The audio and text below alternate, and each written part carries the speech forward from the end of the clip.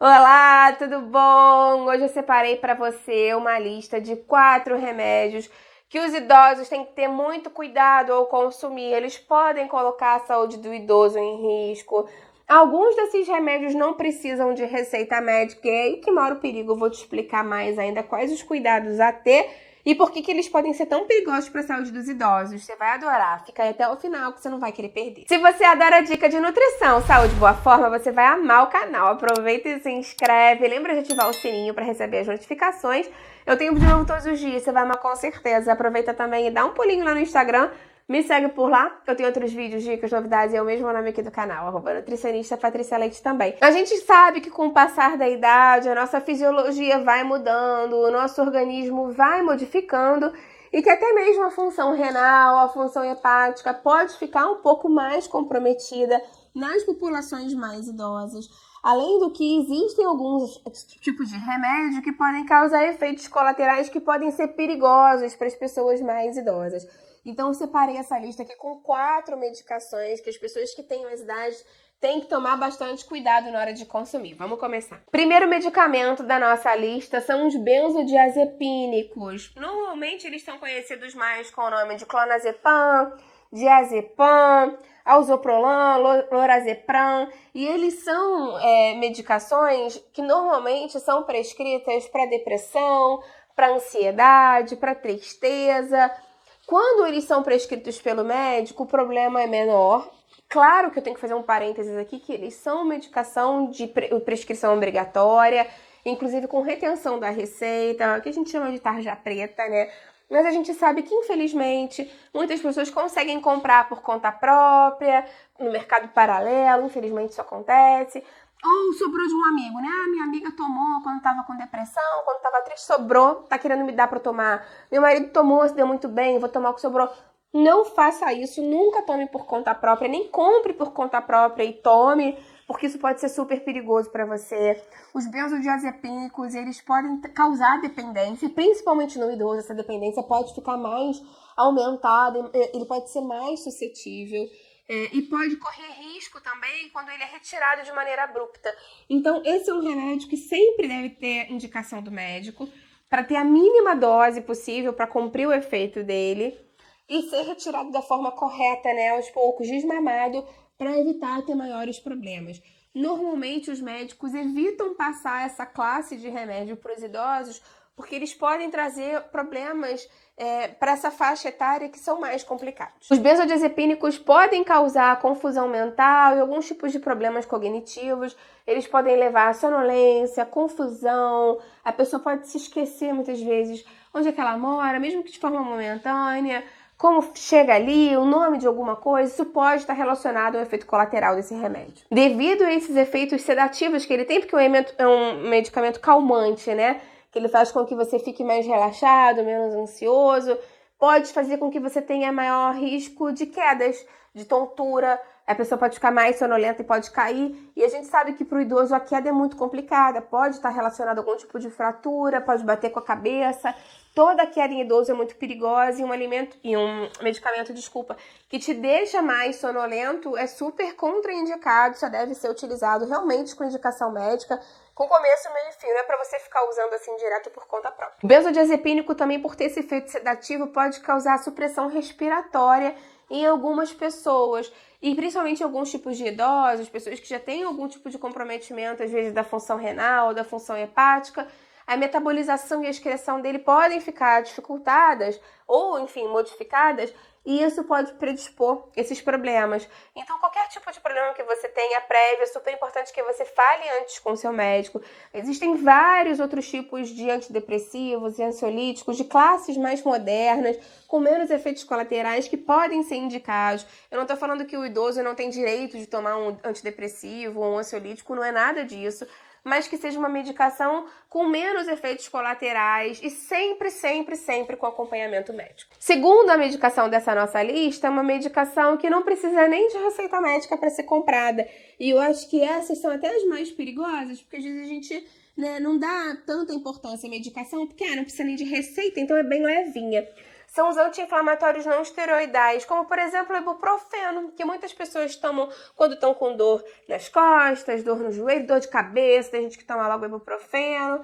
Então lembra que os anti-inflamatórios não esteroidais, eles podem ter um efeito relacionado à parte gástrica. Eles podem dar uma maior predisposição à gastrite, a refluxo, podem piorar quadros de gastrite, não são indicados se você tem úlcera ou algum tipo de problema gástrico. O uso sem controle, por longo tempo, sem acompanhamento médico, pode inclusive levar a sangramento no estômago, no intestino, pode ser muito perigoso para o idoso. Além disso, alguns desses anti-inflamatórios não esteroidais podem aumentar o risco de problemas cardiovasculares, podem aumentar a pressão. Então, não é porque o remédio não precisa de prescrição médica que você pode tomar à vontade. Lembra sempre de perguntar para o seu médico qual é o antitérmico, o anti-inflamatório mais indicado para você.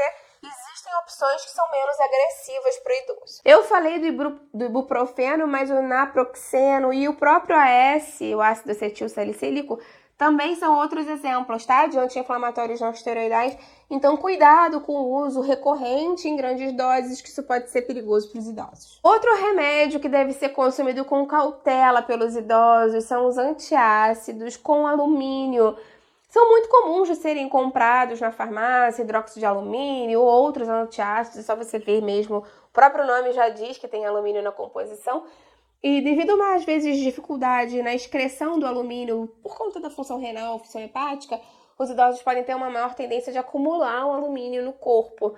Claro que isso também tem a ver com a dose, porque às vezes o idoso compra sem prescrição e toma sem indicação, uma posologia da cabeça dele, toma sempre que acha que precisa. Tô com azia, toma. Tô com um pouquinho de gastrite, refluxo, vai tomando.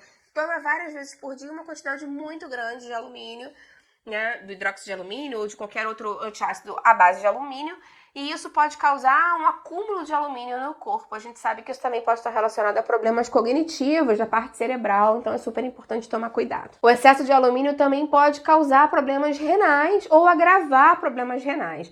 Então, se você já tem algum tipo de problema pré-existente, já toma alguma medicação, ele pode interagir com medicação, diminuindo a eficácia de alguns remédios que o idoso toma.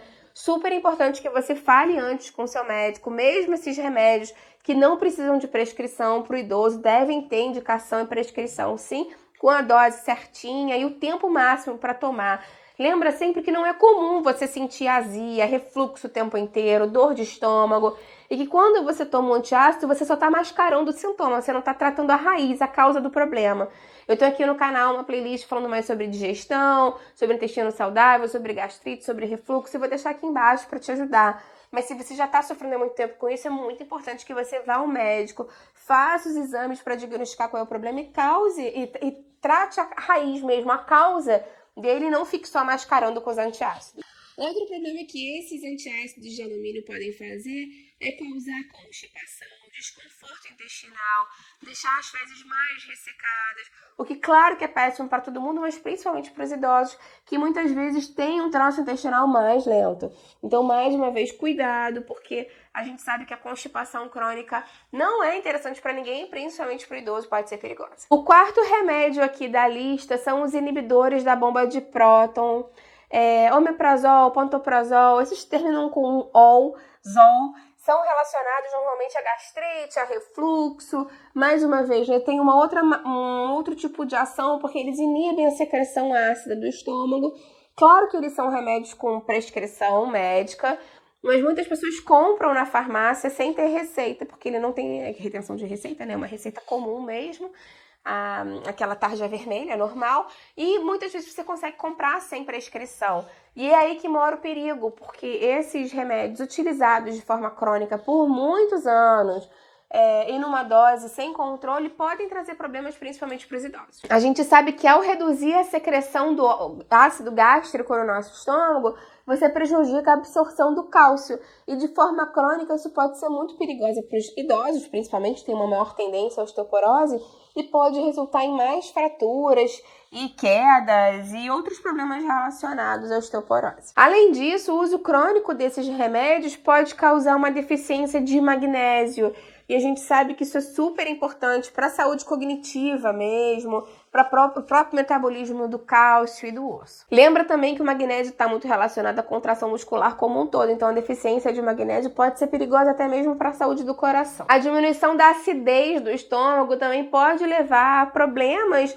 no estômago, no intestino, pode levar a infecções, porque o pH do estômago ele precisa ser ácido para combater realmente as bactérias que podem viver ali, né, que são mais resistentes. Então, quando você aumenta esse pH e deixa ele mais fisiológico para essas bactérias, aí elas fazem a festa e pode ter o crescimento de bactérias nocivas para o seu estômago e para outra parte, né, que cresceu ali, ela pode ir para o intestino, pode, enfim, né, realmente ficar mais prevalente no nosso corpo de uma maneira mais ampla. E pode, inclusive, estar relacionado com pneumonia. Alguns estudos já verificaram isso. Além disso, o uso prolongado dos inibidores da bomba de prótons pode estar relacionado com problemas renais a longo prazo e já tem estudos que relacionam com demência. Então, claro que se o médico passou para você para utilizar por 15 dias, 30 dias, que sejam alguns meses para fazer o tratamento, tem que ser começo, meio e fim. Esses inibidores da bomba de próton não são para serem utilizados no dia a dia. Da mesma forma, né, que os antiácidos, como eu falei, não é normal você precisar utilizar isso sempre. Então, qualquer dúvida que você tenha, tá se sentindo mal, com mal-estar no estômago, refluxo, tem que ir no médico, fazer os exames, se dependendo, fazer uma endoscopia para verificar qual é o problema e atacar a causa e não ficar se medicando por conta própria, porque isso pode ser perigoso para você. Lembra que eu tenho aqui no canal uma playlist com dicas para as pessoas com mais de 50 anos, de alimentação, estilo de vida, como melhorar a imunidade, como melhorar a massa muscular, como emagrecer.